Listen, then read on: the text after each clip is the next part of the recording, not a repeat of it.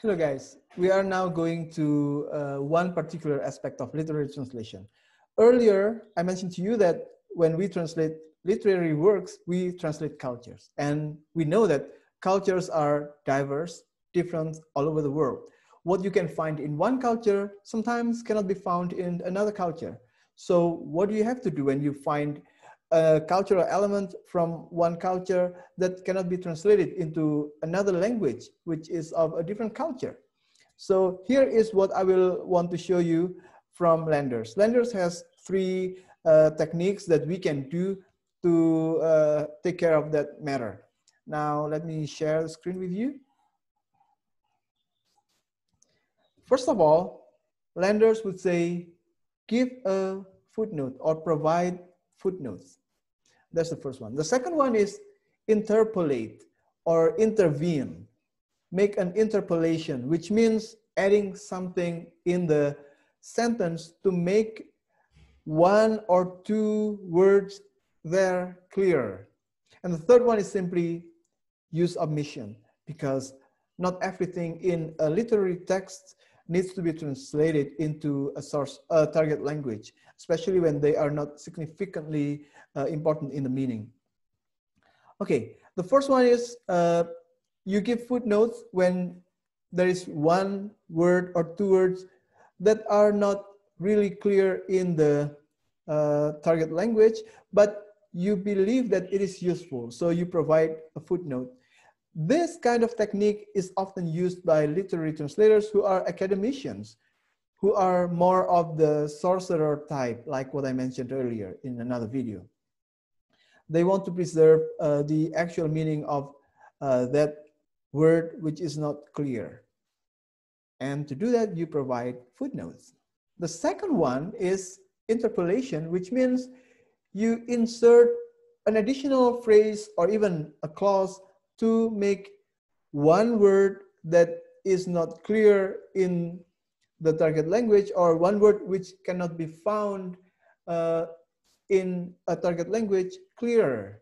And the example here that I'm using is when the original has a phrase called Shraf Tuesday, and in Indonesian we don't have that notion, Shraf Tuesday, because it is cultural. So what you can add is provide like this one, a phrase, sehari sebelum masa puasa. In the original, you don't have it, but in the translation, you need it, because otherwise it will not be clear to most readers in the target language. All right, that's interpolation. And the third one is omission, simply omit that, or deletion. And here, the example that I'm using is what I mentioned earlier in the previous video. Like the filler which is not very meaningful. Here, the translator can choose to omit that and go as usual. So these are the three techniques that Landers offers when we handle untranslatable elements from a source language to a target language. Other theories offer two simple techniques, and they are called transference and cultural equivalence. When we talk about transference, it means you transfer the word from the source language to the target language without changing anything. So you just provide the same word, but you italicize it. However, in cultural elements, you try to find something that is close in meaning to the original, but not really accurate. Something that is kind of similar, but not really the same. Here are some examples, okay? For transference, you preserve without making any changes. And I guess there are so many examples. When you read a novel, for example, you will find words that are not in Indonesian, that are italicized, which the translator thinks that you need to use because there is no word in Indonesian that has the same meaning. And sometimes you can add a footnote here, just like what Landers offers. And the second one, cultural equivalence, you find something that is closest in meaning in the in the target language, in the translation, although they are not really the same. And here's one example. An unmarried, I whispered, a Spanish duena. Duena is a Spanish word. What does it mean? And then as a translator, you will go to Google Translate or Google to find the meaning of duena in Indonesian. And voila, you come up with something called like perawan tua.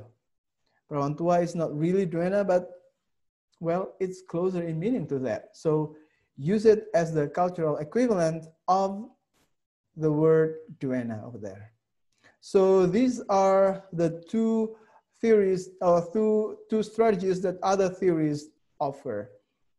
And Landers has 3, and this one, the other theories have 2, and now you have 5, although they are pretty much the same. What these other theories are, say, summarizing what Landers has to say about handling the untranslatable elements.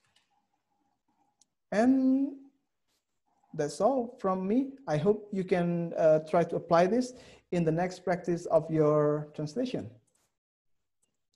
See you around. Bye.